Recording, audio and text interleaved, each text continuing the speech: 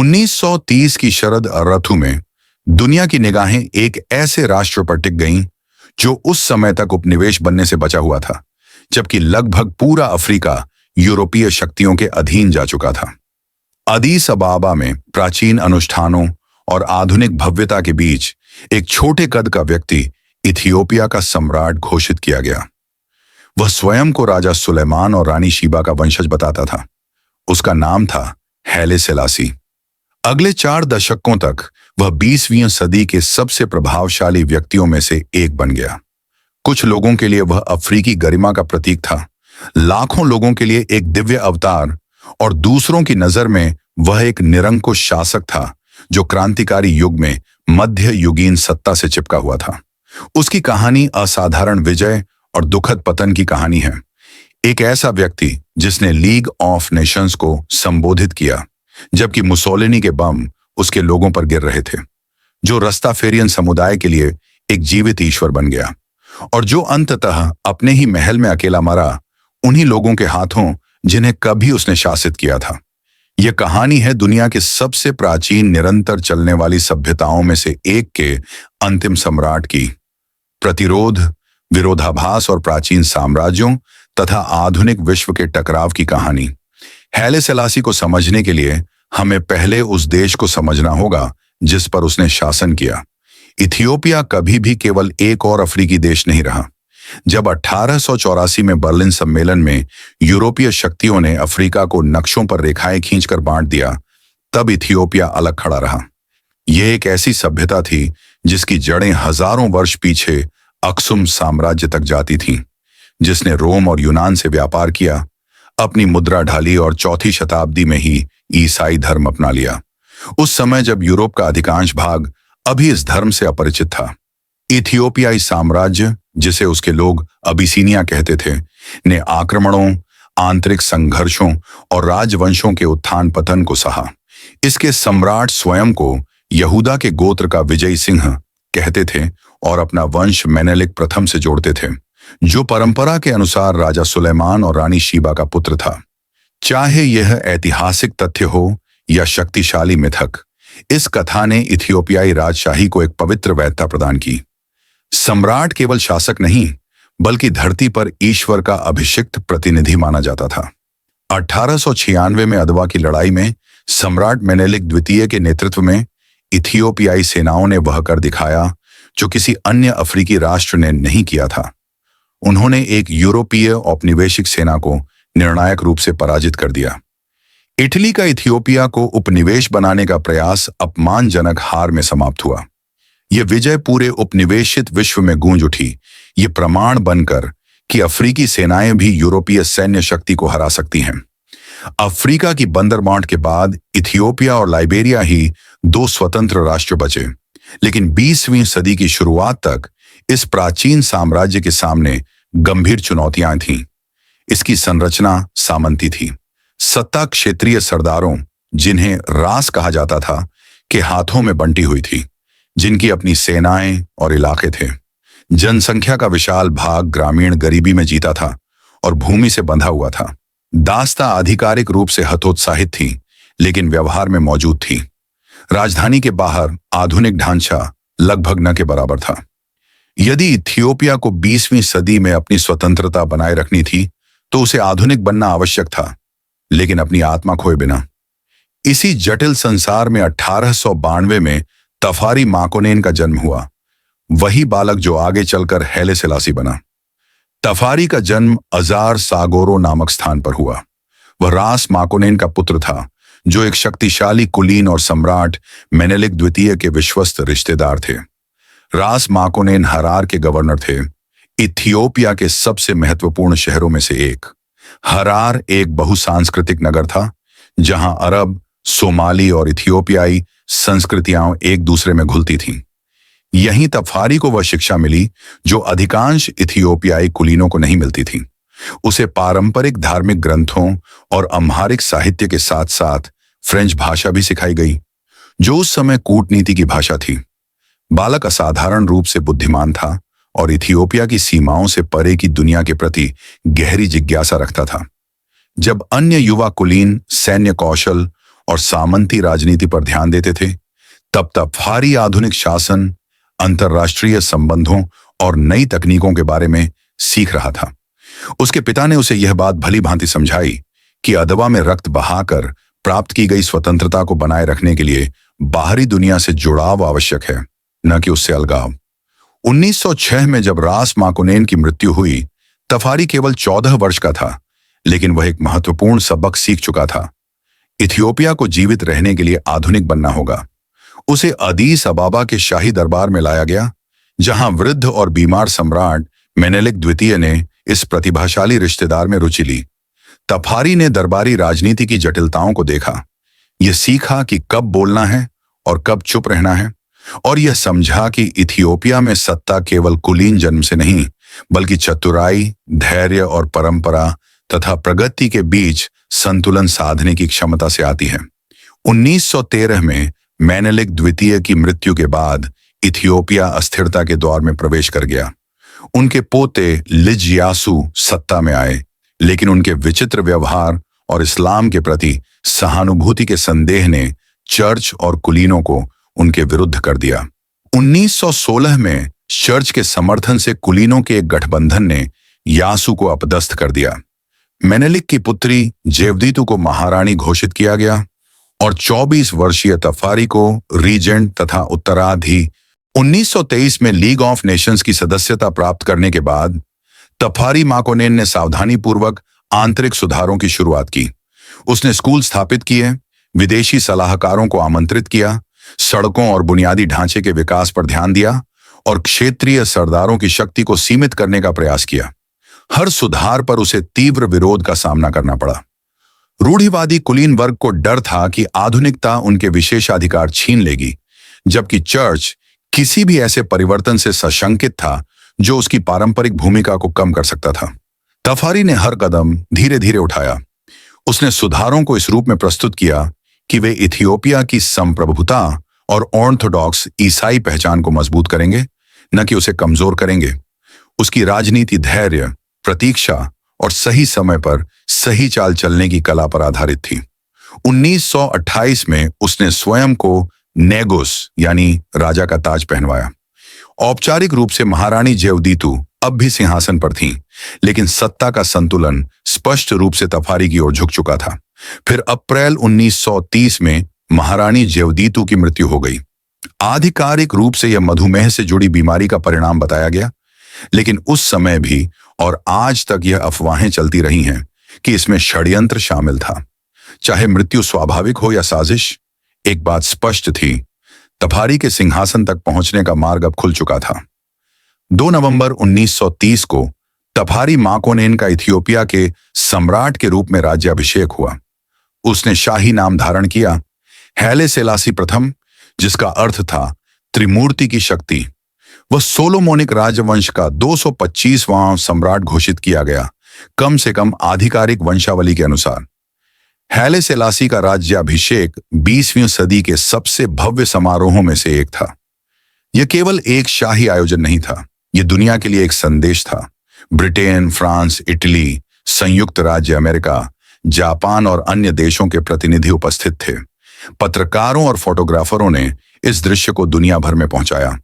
बहुत से पश्चिमी लोगों के लिए यह इथियोपिया की पहली वास्तविक झलक थी। समारोह में प्राचीन ईसाई अनुष्ठानों और शाही परंपराओं का अद्भुत मिश्रण था। हैले सेलासी और उनकी पत्नी महारानी मेनन का अभिषेक पवित्र तेल से किया गया। सम्राट ने भव्य वस्त्र धारण किए, शाही मुकुट, राजदंड और गोला प्राप्त किया और अपने पूर्वजों के सिंहासन पर बैठे। गिरजाघर के भीतर पुरोहित प्राचीन भजनों का उच्चारण कर रहे थे, जबकि बाहर योद्धा अपनी पारंपरिक सैन्य कलाओं का प्रदर्शन कर रहे थे और आधुनिक सैन्य बैंड राष्ट्रगान बजा रहे थे। यही वह छवि थी जिसे हैले सेलासी दुनिया को दिखाना चाहते थे। एक प्राचीन सभ्यता जो अपनी पहचान में आत्मविश्वासी है और आधुनिक विश्व से बराबरी के स्तर पर संवाद करने में सक्षम है। सम्राट बनते ही उसने अपने दृष्टिकोण को लागू करना शुरू कर दिया। 1931 में उसने इथियोपिया का पहला संविधान जारी किया। यद्यपि संसद की शक्तियां सीमित थीं और अंतिम अधिकार सम्राट के हाथों में ही रहा, फिर भी यह एक ऐतिहासिक कदम था। उसने शिक्षा, स्वास्थ्य सेवाओं और परिवहन के विकास को गति दी। उसने धीरे धीरे दास्ता को समाप्त करने की दिशा में काम किया, यह जानते हुए कि बहुत तेजी से कदम उठाने पर विद्रोह भड़क सकता है। लेकिन जैसे जैसे इथियोपिया भीतर से बदल रहा था, बाहर से खतरे के बादल घिरने लगे थे। इटली में बेनिटो मुसोलिनी फांसीवादी सत्ता को मजबूत कर चुका था। वह अफ्रीका में एक नया रोमन साम्राज्य बनाने का सपना देख रहा था। 1896 में अदवा की हार इटली के राष्ट्रीय अपमान का प्रतीक बन चुकी थी। मुसोलिनी न केवल बदला लेना चाहता था, बल्कि संसाधन, प्रतिष्ठा और विस्तार भी। 1930 के दशक की शुरुआत में इथियोपिया की सीमाओं पर तनाव बढ़ने लगा। इटली की उपनिवेशित भूमि इरिट्रिया और इटालियन सोमालीलैंड से लगातार उकसावे की घटनाएं की गईं। छोटी छोटी झड़पों को जानबूझकर बड़े विवादों में बदला गया। इटली ने सीमाओं पर भारी सैन्य जमावड़ा शुरू कर दिया। हैले सेलासी ने लीग ऑफ नेशंस से अपील की। उसने अंतर्राष्ट्रीय समुदाय को याद दिलाया कि लीग के अनुबंध के अनुसार सदस्य राष्ट्रों को आक्रमण से सुरक्षा देने की जिम्मेदारी है। लेकिन वह भलीभांति जानता था कि स्थिति कितनी गंभीर है। इटली एक आधुनिक औद्योगिक शक्ति थी। उसके पास विमान, टैंक, भारी तोपें और रासायनिक हथियार थे। इथियोपिया की सेना आधुनिकीकरण के प्रयासों के बावजूद अब भी काफी हद तक सामंती थी। बहादुर योद्धा, लेकिन सीमित हथियारों के साथ, और ऐसे क्षेत्रीय सरदारों के अधीन जिनकी निष्ठा हमेशा केंद्र सरकार के प्रति सुनिश्चित नहीं थी। सैन्य दृष्टि से इथियोपिया के जीतने की संभावना बेहद कम थी। इसीलिए हैले सेलासी की रणनीति सैन्य से अधिक नैतिक और कूटनीतिक थी। वह दुनिया को दिखाना चाहता था कि इथियोपिया एक सभ्य राष्ट्र है जिस पर बिना उकसावे के हमला किया जा रहा है। वह यह मानता था कि अंतर्राष्ट्रीय कानून अक्टूबर 1935 में बिना युद्ध की औपचारिक घोषणा के इतालवी सेनाओं ने इथियोपिया पर आक्रमण कर दिया। इरिट्रिया और इटालियन सोमालीलैंड से लाखों सैनिक आधुनिक हथियारों और विमानों के साथ सीमाओं को पार कर गए। इथियोपियाई सेनाओं ने साहस के साथ मुकाबला किया। तकनीकी रूप से पिछड़े होने के बावजूद उन्होंने दृढ़ निश्चय से लड़ाई लड़ी। लेकिन इटली ने ऐसे हथकंडे अपनाए जिन्होंने दुनिया को झकझोर दिया। उन्होंने मस्टर्ड गैस का उपयोग किया। विमानों से गैस गिराई गई, तोपों से दागी गई, जो 1925 के जिनेवा प्रोटोकॉल का खुला उल्लंघन था। जल स्रोत जहरीले कर दिए गए। सैनिकों और आम नागरिकों को भयानक पीड़ा सहनी पड़ी। Red cross, league of Nations में दिए गए ऐतिहासिक भाषण के बाद भी हैले सेलासी के लिए निर्वासन का जीवन आसान नहीं था। वह इंग्लैंड के बाद शहर में एक साधारण से घर फेयरफील्ड में रहने लगे। वहां उन्होंने एक छोटा सा शाही दरबार बनाए रखा, जिसमें निर्वासित इथियोपियाई अधिकारी और समर्थक शामिल थे।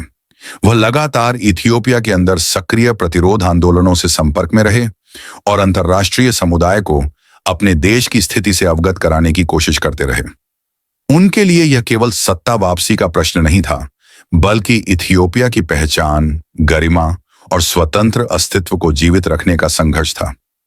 उन्होंने भाषण दिए, साक्षात्कार किए और लेख प्रकाशित किए। फांसीवाद के विरुद्ध संघर्ष के प्रतीक के रूप में उनकी छवि मजबूत होती गई। भले ही लोकतांत्रिक शक्तियां अभी भी निर्णायक कार्रवाई से बचती रहीं, सब कुछ 1940 में बदल गया। सितंबर 1939 में जब ब्रिटेन ने नाजी जर्मनी के खिलाफ युद्ध की घोषणा की, तब इटली तटस्थ रहा। लेकिन जून 1940 में फ्रांस के पतन के बाद मुसोलिनी ने भी मित्र राष्ट्रों के खिलाफ युद्ध की घोषणा कर दी। अब इटालियन ईस्ट अफ्रीका ब्रिटिश सामरिक हितों के लिए खतरा बन गया। इसी के साथ इथियोपिया की मुक्ति का अवसर आया। ब्रिटिश सेनाओं ने इथियोपिया को आजाद कराने की योजना बनाई, मानवीय कारणों से कम और सामरिक मजबूरी से अधिक। लेकिन हैले सेलासी के लिए कारण चाहे जो भी हों, अवसर अमूल्य था। जुलाई 1940 में वह सूडान पहुंचे और वहां ब्रिटिश व कॉमनवेल्थ बलों के साथ मिलकर इथियोपिया पर आक्रमण की तैयारी करने लगे। हैले सेलासी केवल प्रतीकात्मक नेता बनकर नहीं लौटे, उन्होंने सक्रिय भूमिका निभाई। उन्होंने गिडियन फोर्स के गठन में सहायता की। यह बल इथियोपियाई देशभक्तों से बना था जो पूरे इतालवी कब्जे के दौरान गुरिल्ला युद्ध लड़ते रहे थे, ब्रिटिश अधिकारी ऑड विंगेट के नेतृत्व में। लेकिन इथियोपियाई योद्धाओं की आत्मा से प्रेरित इस बल ने इतालवी ठिकानों पर हमले किए, आपूर्ति लाइनें काटी और यह सिद्ध किया कि इथियोपियाई प्रतिरोध कभी समाप्त नहीं हुआ था। अभियान अपेक्षाकृत तेज रहा। इटली की सेनाएं अलग थलग पड़ चुकी थीं और उन्हें कोई सहायता नहीं मिल पा रही थी। ब्रिटिश और इथियोपियाई सेनाओं के संयुक्त हमलों के सामने वे टिक नहीं सकीं। 5 मई 1941 को, ठीक 5 वर्ष बाद, हैले सेलासी विजय के साथ अदीस अबाबा लौटे। वह निर्वासन से लौटे, अपनी रणनीति में सही सिद्ध हुए और सिंहासन पर पुनः स्थापित हुए। उनकी वापसी ब्रिटिश सैन्य शक्ति और इथियोपियाई देशभक्तों के बलिदान दोनों का परिणाम थी, लेकिन पुनर्स्थापना सरल नहीं थी। ब्रिटिश अधिकारी शुरू में इथियोपिया को एक मुक्त क्षेत्र की तरह संचालित करना चाहते थे, न कि एक पूर्ण संप्रभु राष्ट्र के रूप में। हैले सेलासी को सावधानी से बातचीत करनी पड़ी। अंततः 1942 में एक समझौते पर हस्ताक्षर हुए, जिसमें इथियोपिया की स्वतंत्रता को मान्यता दी गई। हालांकि युद्ध के दौरान ब्रिटिश सैन्य उपस्थिति बनी रही। अब सम्राट के सामने एक विशाल कार्य था, वर्षों के कब्जे से तबाह हुए राष्ट्र का पुनर्निर्माण।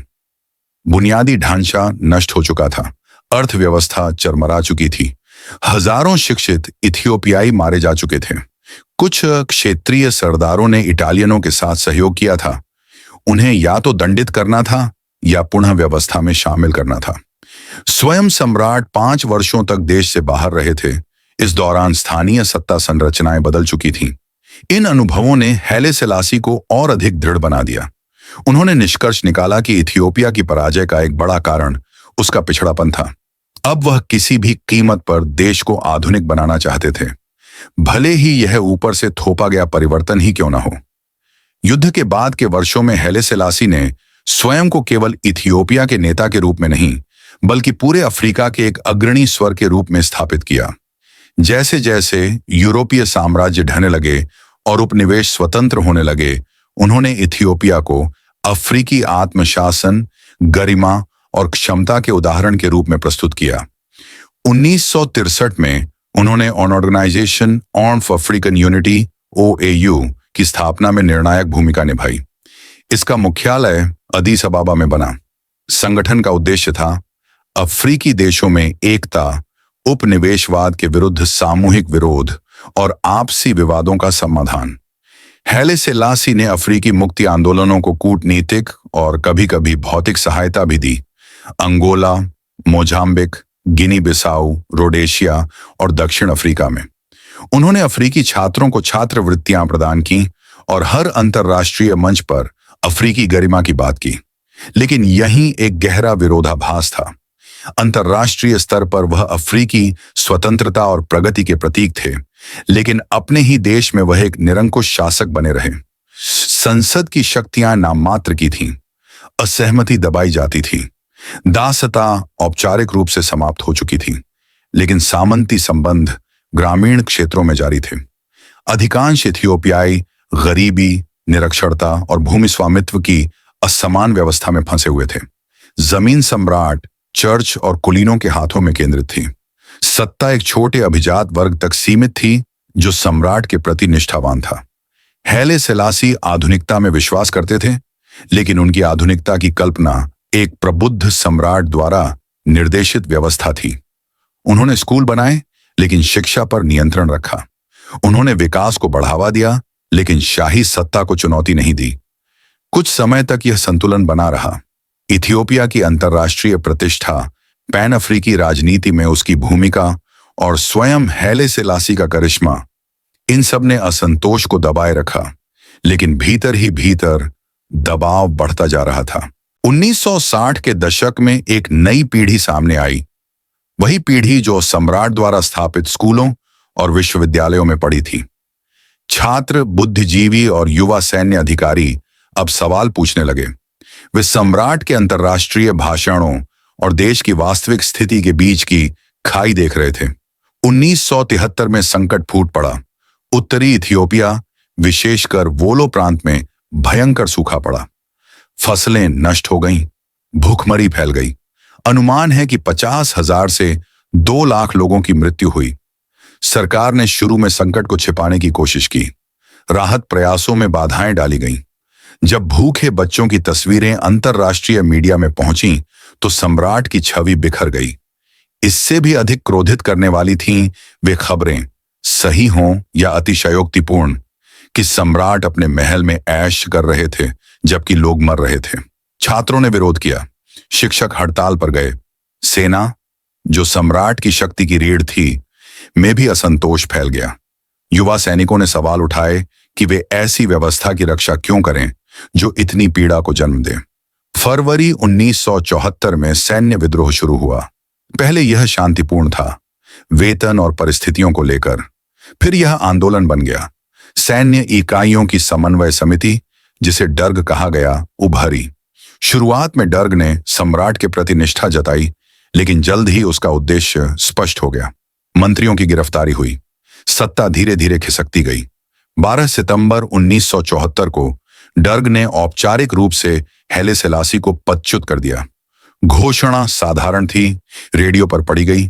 संविधान निलंबित कर दिया गया, संसद भंग कर दी गई। लगभग 300 वर्षों का सोलोमोनिक राजवंश बिना युद्ध के समाप्त हो गया।